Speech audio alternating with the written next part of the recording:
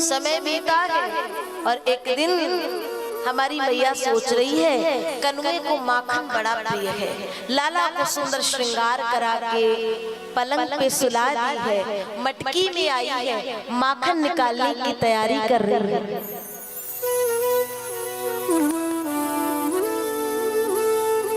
खटर पटर की कुछ आवाज हुई तो कन्हैया सो रहे थे, तुरंत उठकर के चले आए। मैया मैं सोऊं कहां से, बड़ी आवाज कर रही है तू। अरे लाला आ, तेरे लिए ही माखन निकालने का प्रयास कर रही हूँ। आज कृष्ण ने पहली बार माँ से बाल हट कर दिया।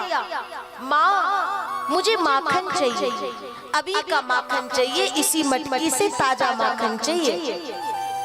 जैसे एक छोटा सा बालक, साधारण बालक माता पिता से हट करता है, वैसे ही आज कृष्ण कर रहे हैं। माँ ने कहा प्रातः काल का माखन रखा है, उस माखन में निक जरा सी मिश्री घोल के दे दूं? नहीं नहीं नहीं, इसी मटकी में से ताजा माखन चाहिए। तो माँ ने लाला को गोद में लिया और कहा लाला ये माखन में क्या रखा है? ऊपर बड़ा सुंदर सा चंद्रमा निकला था।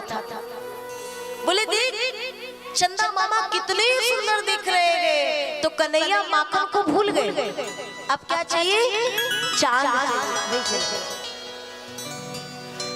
चाहिए। चंद्र खिलौना नहीं हो री मैया, चंद्र खिलौना नहीं हो। अगर वो चांद का खिलौना नहीं दिया तो सुरभि को पैमान न करी हो, सुरभि को पैमान न करी हो, वेनी से न गुथई हो। ना तो वो वेनी शीश में गुथाऊंगा, ना सुरभि का दूध पीऊंगा। मैया कहती ना पी, एक तो वैसे ही काला कलूटा है, थोड़ा सा निक दूध पिला करके थोड़ा कुछ सुंदर बना दो, चोटी गूंथ करके निक जरा देखने लायक बना दो, देखने योग्य बना दो, तो तेरे भाव सातवें आसमान में जा रहे। बोले मुझे चांद चाहिए मैया, अभी चाहिए, हाथ में चाहिए।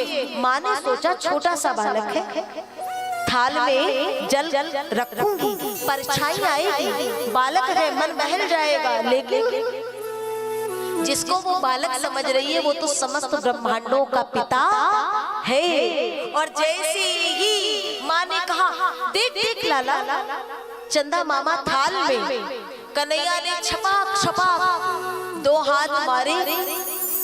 कहाँ है चंदा मामा, मुझे तो हाथ में चाहिए। और भैया वो आकाश के चंद्रमा को माँ धरती पे कैसे लाती? तो मैया ने एक और बात बना दी। क्या? ये चंदा से भी सुंदर, माखन से भी कोमल एक वस्तु ले आऊं? क्या? बहू ले आऊं? आहा, माखन भूल गए, चंद्रमा भूल गए, अब इनको बहू चाहिए। मैया कहती है सच बता कौन सी बहू चाहिए? माँ ने कहा लाला तू तो गुड़िया की बात करे, वो तो मैं अभी ले आऊं। उतने में ही एक गोपी आई और माँ आप इनकी बातों में लगी है, उधर चूल्हे पर दूध रख के आई है, वो उफनने ही वाला है। दूध का नाम सुनते ही जितनी वार्ता थी वही शांत हो गई। माँ ने गोद से लाला को नीचे उतारा और दौड़ गई रसोई की ओर। कन्हैया कहते हैं एक तो बड़े दिनों में माँ से संवाद हुआ और उसके बाद ये बीच में गोपी क्यों आई? और जहां गोपी आई माँ चली गई तो एक बार क्यों ना पुनः माँ का ध्यान अपनी ओर खींचा जाए। रसोई घर में गए, बहुत बड़ी सी भारी एक मटकी रखी है दूध से भरी।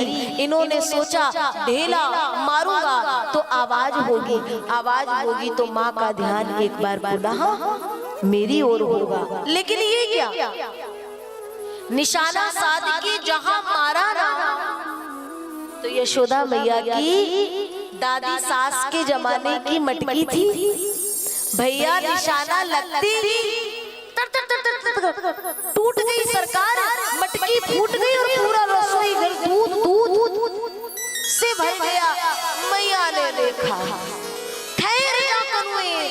आज मैया का वो दूध देख के जो क्रोध हुआ ना, वो 7वें आसमान में पारा है और मैया छड़ी लिए दौड़ रही गए। और वो परमात्मा जिसके भय से तीनों लोग थर थर कांपते हैं, आज वो परमात्मा माँ के भय से थर थर कांप रहा है और दौड़ रहा है। माँ ने पीछे से कहा, लाला मैं तेरी माँ तेरे पीछे पीछे दौड़ रही, तुझे अपनी मैया पर दया नहीं आती? माँ ने जहां ये कोमल वचन कहे, कृष्ण के चरण एक चरण आगे बढ़ ही नहीं पाया, वहीं रुक गया, वहीं थम गया। और माँ दौड़ करके गई और कहती है, चल तेरी उद्दंडता बहुत बढ़ गई है, आज मैं तुझे ऊखल से बांधूंगी।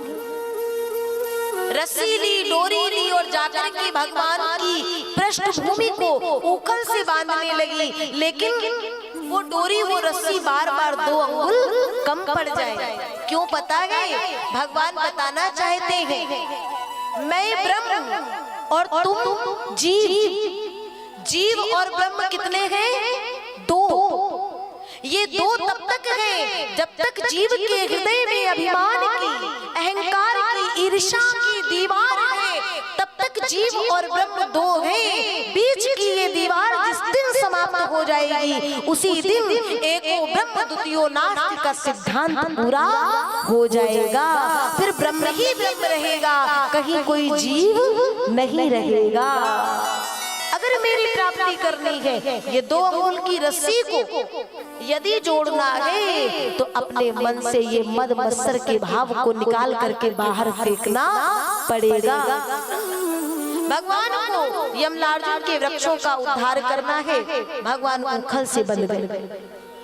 माँ चली गई काम करने, भगवान को याद आया है तो छोटे से कन्हैया 6 वर्ष 7 वर्ष के अंदर कृष्ण है और ठुमुक ठुमुक के जाते हैं, यमलार्जुन के वृक्ष के बीच से निकलते हैं। आज हम सबको भगवान की कथा में 2.5-3 घंटे बैठना बड़ा मुश्किल पड़ता है। और सोचो 7 वर्ष के कृष्ण इतने बड़े ऊखल को पीठ में बांधे और जा रहे हैं, और तब कहते हैं, बंध गया मुझसे जाति न तोरी, मित्र ऐसी है ये प्रेम डोरी।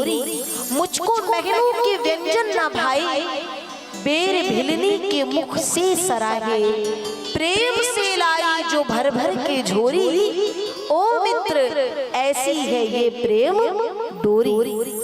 यमलार्जुन के वृक्षों को भगवान का स्पर्श हुआ, धड़ाम से गिरे, आकाश में दिव्य रूप लेकर के विराजे। कुबेर के 2 पुत्र थे जो श्राप के कारण जड़वत रूप में आए थे, भगवान ने उनका उद्धार किया।